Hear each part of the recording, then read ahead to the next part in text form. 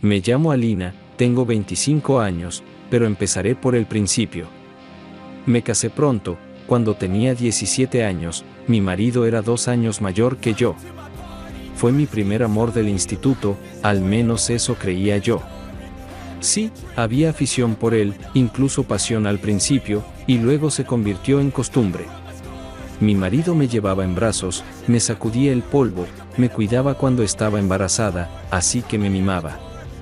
Un año después de casarnos nació mi hija, yo no iba a la escuela ni trabajaba, y mi marido estudiaba y trabajaba. Es cierto que el dinero escaseaba, mi marido empezaba a hacer carrera y yo era guapa y, por tanto, caprichosa.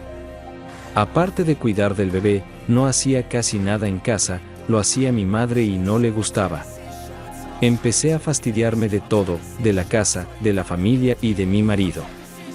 En total vivimos con él 5 años, y con esos años lo que sentía por él se enfrió completamente, aunque del hecho de que no le quiero, me di cuenta después del nacimiento de mi hija. Durante todo este tiempo le dejé que me amara. Entonces un día me miré en el espejo y me di cuenta de que mi marido no era el hombre con el que quería pasar el resto de mi vida. Empecé a soñar con un príncipe rico montado en un caballo blanco, que nos llevaría a mí y a mi hija a tierras lejanas, donde me ahogaría en lujos. Me imaginaba a mí misma como una dama rica.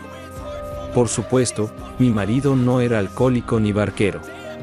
No éramos pobres, pero tampoco lujosos, y yo quería más, para mí y para mi hija. Y así esperé a mi príncipe, maldito sea. Conocí a Vites, 33 años, sus padres habían emigrado a Suiza, donde vivía. Habla bien ruso, tiene su propio negocio turístico internacional, una cadena de hoteles propios para turistas. Al principio solo manteníamos correspondencia con él a escondidas de mi marido, pero luego nos comunicamos por Skype. Yo era una madre cariñosa todo el tiempo, fingiendo ser una esposa cariñosa y tierna, a pesar de que el sexo con mi marido se había convertido en parte de la vida cotidiana. Al mismo tiempo, soñaba con mi príncipe, del que ya me había enamorado sin memoria y con una nueva vida de lujo. Y entonces llegó ese día tan esperado. Vites iba a venir a Rusia y visitar nuestra ciudad. Yo estaba en el 7º cielo.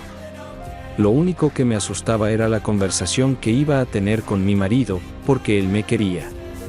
Vites llegó una semana después de comunicármelo. Le recibí en el aeropuerto con un precioso ramo de flores, luego fuimos al hotel donde alquiló una habitación de clase business. Después dimos un paseo por la ciudad y volvimos a la habitación del hotel, que fue donde ocurrió todo por primera vez entre él y yo. Me sentí como en un cuento de hadas. Pasé 2 días en su habitación, apagué el móvil y no pensaba en otra cosa que en mi felicidad. 2 días después, Vites me dijo que había terminado sus negocios en Rusia, que volvía a casa y que estaba dispuesto a llevarnos a mí y a mi hija con él. A mí como su novia. Acepté inmediatamente, había un momento crucial para hablar con mi marido. Cuando llegué a casa, mi marido me atacó, diciéndome dónde estaba y todo, que ya había llamado a todos los hospitales y morgues, y que iba a poner una denuncia en la policía. Pero entonces le dije que le dejaba porque había conocido y me había enamorado de otro hombre. Le dije que me iba con él y que me llevaba a mi hija.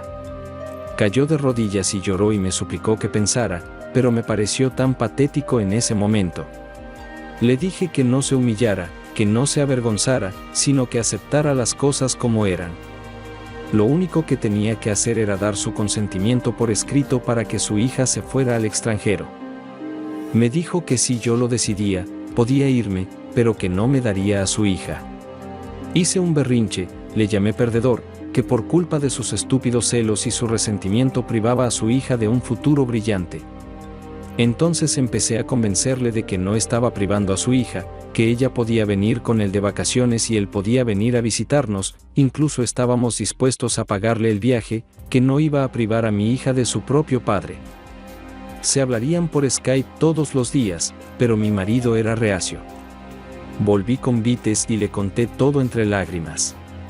Vites se apresuró a consolarme y me ofreció ir, pero sin mi hija, a mirar a mi alrededor, a vivir con él un par de meses, y luego volver y divorciarnos, y entonces encontraremos la manera de llevarnos a mi hija. Si es necesario, le daremos dinero a su marido, y si no está de acuerdo, encontraremos otra manera de hacerlo sin su consentimiento. Esto es Rusia, donde todo se compra y se vende, hasta las elecciones en el país. Sobornaremos a alguien y se le privará de sus derechos paternos si se interpone. En ese caso nunca volverá a ver a su hija. Ya se nos ocurrirá algo. Le dije que tenía que empaquetar mis cosas, a lo que me contestó riéndose que solo debía llevarme mis documentos, y en cuanto a las cosas, él me las compraría a mi llegada, lo que yo quisiera. Cosas viejas para que se las deje aquí junto con mi antigua vida a mi marido como recuerdo. Que las mire y recuerde a la mujer que perdió. Estas palabras me hicieron sentir por primera vez un remordimiento de conciencia, porque mi marido no era culpable de nada. Cuando volví a casa a por mis documentos, empecé a persuadir de nuevo a mi marido para que dejara que mi hija se fuera conmigo. Le dije que millones de personas se conocen y se separan. Admití que sí, que estaba siendo mala con él. Incluso le pedí perdón, pero no hay necesidad de privar a mi hija de una vida mejor por un resentimiento innecesario. Pero él no quiso escucharme. Empezó a hablar de nuevo de pensar, dijo que había sido un borrón y que estaba dispuesto a perdonármelo todo. Pero ya no me importaba. Le dije que volvería y que continuaríamos la conversación en el juzgado. Justo antes de irnos, Vites me dijo que teníamos que pasar por su hotel en Turquía de camino. Habían surgido algunos imprevistos, solo por un día, para arreglar algunos trámites, y desde allí volaríamos a Suiza, y al mismo tiempo nos relajaríamos.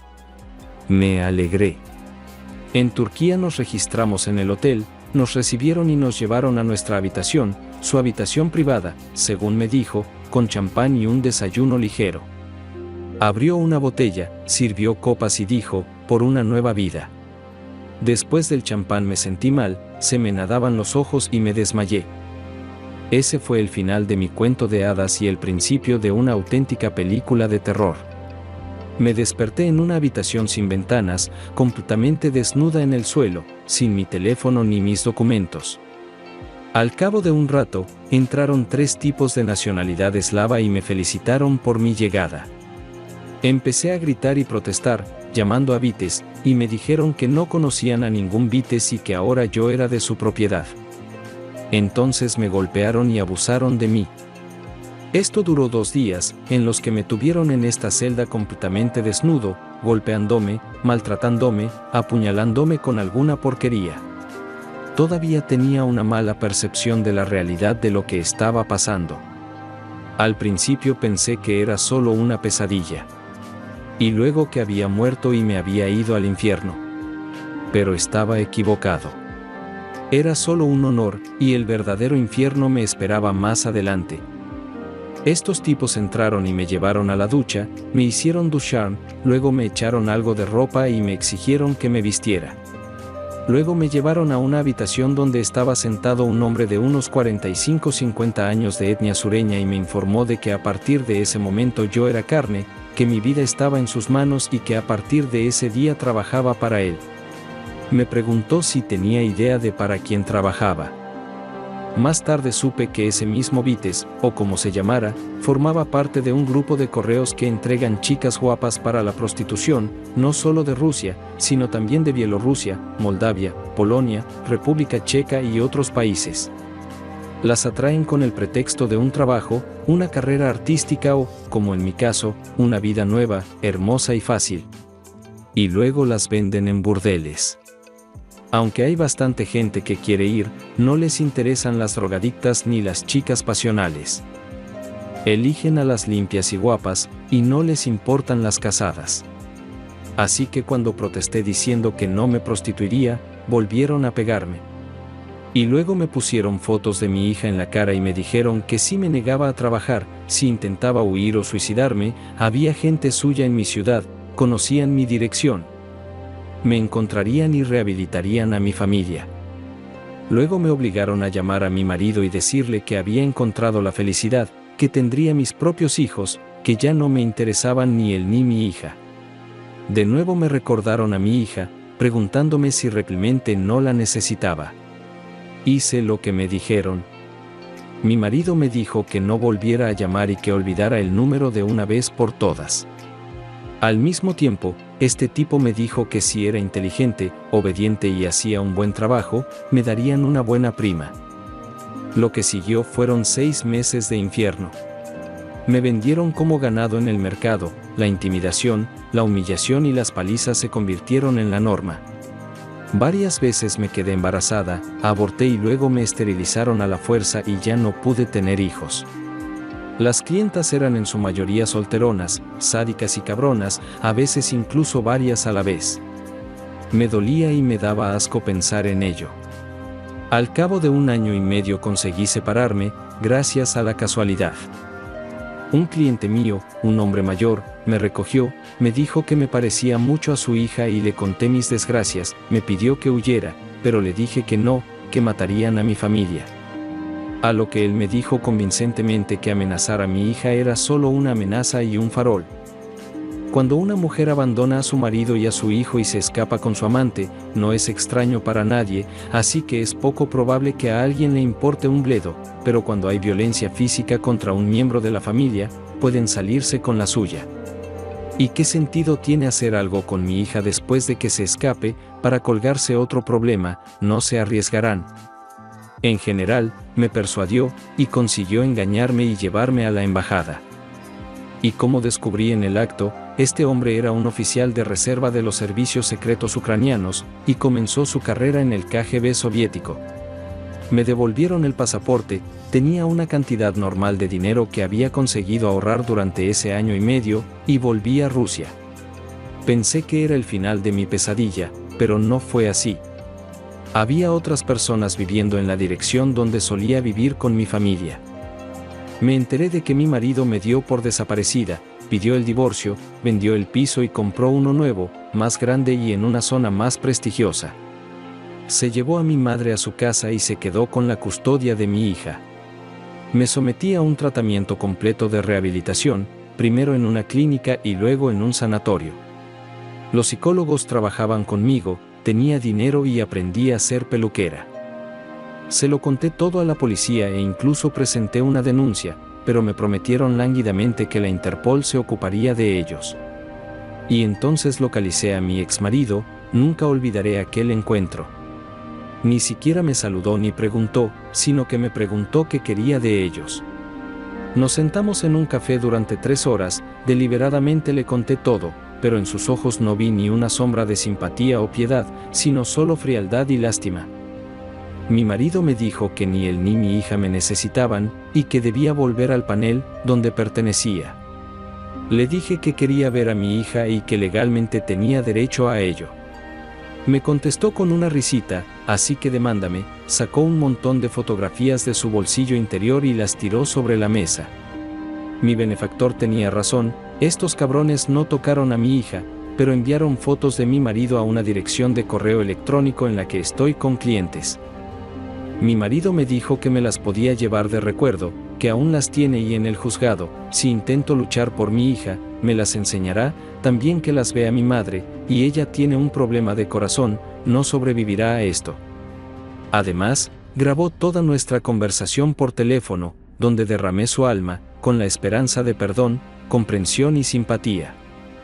Nunca había visto a mi marido así, siempre había sido un cuerpo blando, dispuesto a pasar por encima de sí mismo, a perdonar cualquier cosa, pero aquí vi ante mí a una persona completamente distinta, cruel, fría, que no ocultaba su lástima y odio hacia mí, a pesar de que una vez me había amado.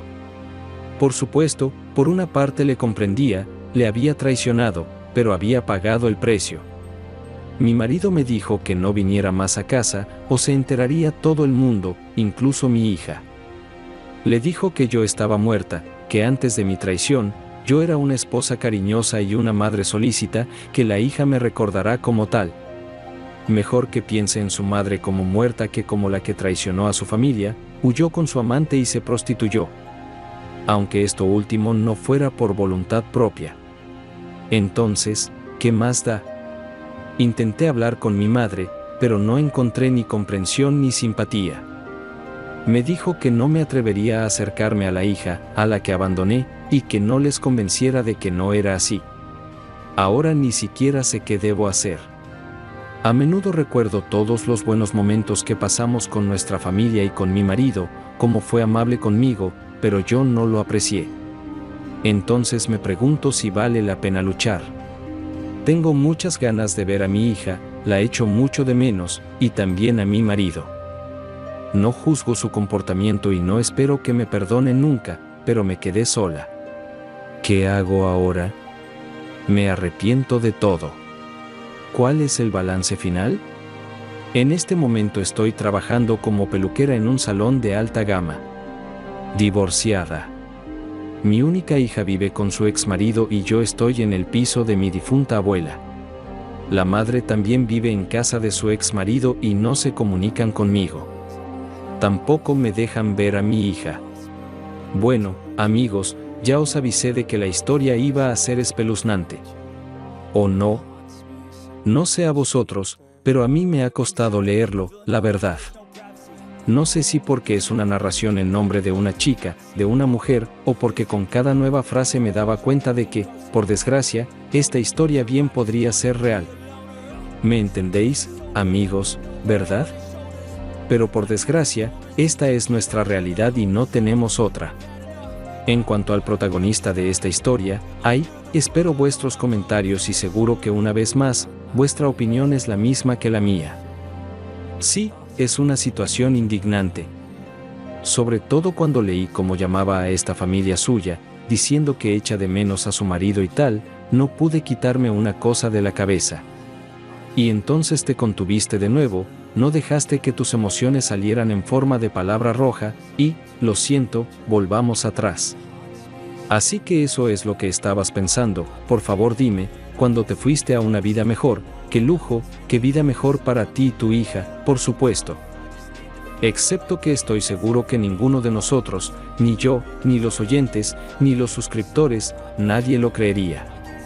¿Qué marido, qué madre, qué parientes, si se quedaron allí, algún amigo común, porque seamos sinceros? Fuiste allí pensando solo en ti. Si no, ¿cómo ibas a dejar a tu hija? Vale, al diablo con el marido. Bueno, hay cientos o incluso miles de historias así, solo aquí en el canal hemos oído un centenar, ¿no? Pero, ¿en qué estabas pensando cuando dejaste a una niña que quiere a su madre sola en el campo? Ese es un momento que no te perdonaría. Siento que nos tuteemos, pero no creo que te ofendas.